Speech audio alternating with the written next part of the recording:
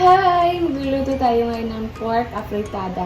Hindi ko alam kung tama lahat ng ingredients ko pero nag-search lang din ako sa YouTube. Itadtarin muna natin itong bawang.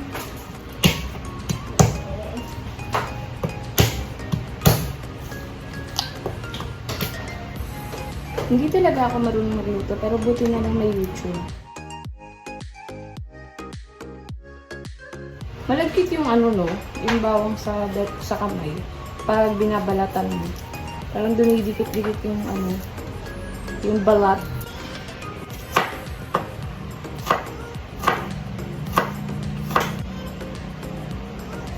Okay na yung ganyang hiwa.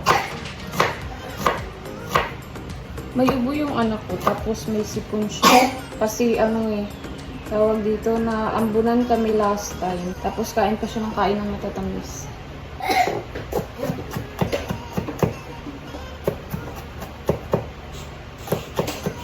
Tapos pag kumain siya ng matamis, konti lang na tubig yung iniinom niya.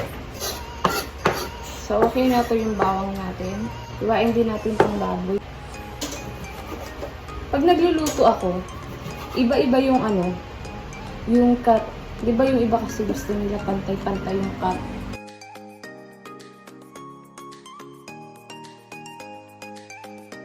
Ayan.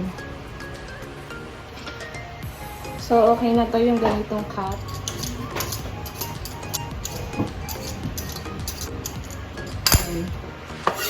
Hugasan muna natin yung patatas.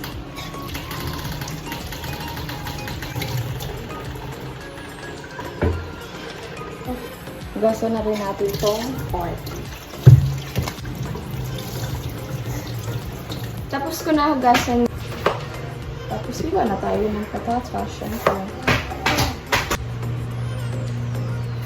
Ayan, tapos na. Ito na yung ating ingredients. Patatas, bawang, sibuyas, tapos tomato sauce, then syempre yung ating pork. Parang muna natin kasi.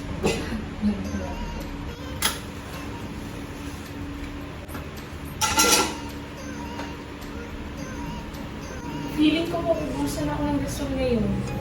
Kasi medyo pa naman ang gabi na. Kasi mahina na yung apoy niya. Mahina na kasi yung apoy niya. Naglagay na ako ng mantika. Ngayon pa lang natin lulutuin yung dapat niluto natin kagabi. Kasi kagabi diba naubusan tayo ng gasol. So continue tayo ngayon kasi nakabili na tayo ng gasol. Lalagay ko na yung bawang.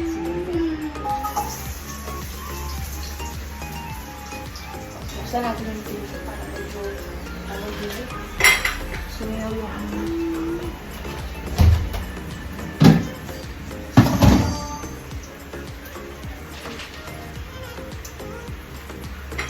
para medyo lumabas yung amoy ng Kahapon nga pala, naglinis ako. Tinanggal ko yung mga Christmas light na nakadikit dyan. Last year pa kasi yun, hindi ko tinanggal. Ngayon ko lang siya tinanggal. Kahapon lang pala. Medyo luminis na yung part dito sa gilid-gilid. Yung nakikita nyo mga puti-puti na yan, packaging tape ba? Or masking tape yan, basta ganon. Yun kasi pinandikit ko sa ating Christmas light. Tapos nag-cleaning lang ako. Ito lang pala yung aming simpleng apartment. Ayan. Diba wala kasi kami masyadong gamit na binenta ko na kasi masikip dito. Maliit. Tapos yan yung electric fan na sinira ng anak ko. Kaya napabili tayo nito. Balikan natin yung niluluto ko.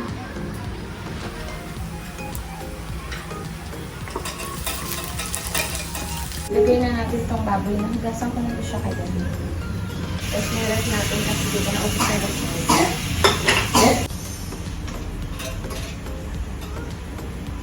Ipapa-brown ko lang din ng konti itong baboy. Mamaya na tayo maglagay ng paminta tsaka yung kanyang tubig. Mag-add na tayo ng paminta. Dalawang pimintang pero buo ulit ito.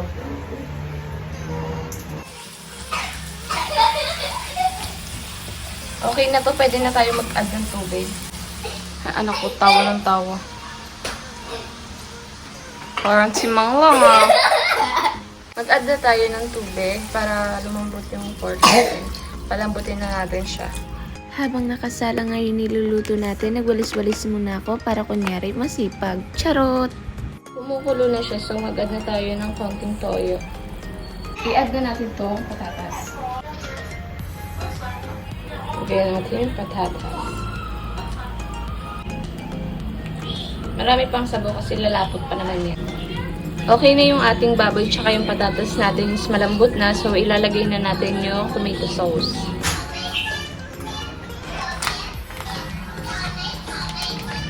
Mag-add lang din ako ng ating sabaw.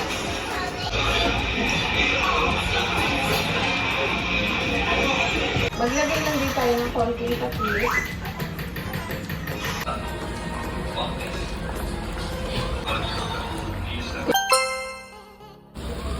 Luto na siya. So, okay na to. Okay na rin yung lapot niya. Kakain na tayo.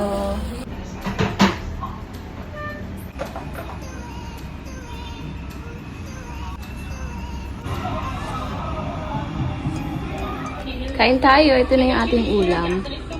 Ayan. Yung sa anak ko, nag-noodles muna siya ngayon. Ayaw niya nang magsabaw. So, noodles yung kanya. Nalutuan ko siya. Nalata nga eh. Yung anak ko, umiiyak nga siya kasi wala yata siya gana kumain. Hindi niya rin kasi malasahan yung food dahil sa ubo at sipon niya. Pero hindi kasi pwede na hindi siya kakain kasi inom pa siya ng gamot. Yun lang, maraming salamat. Bye-bye!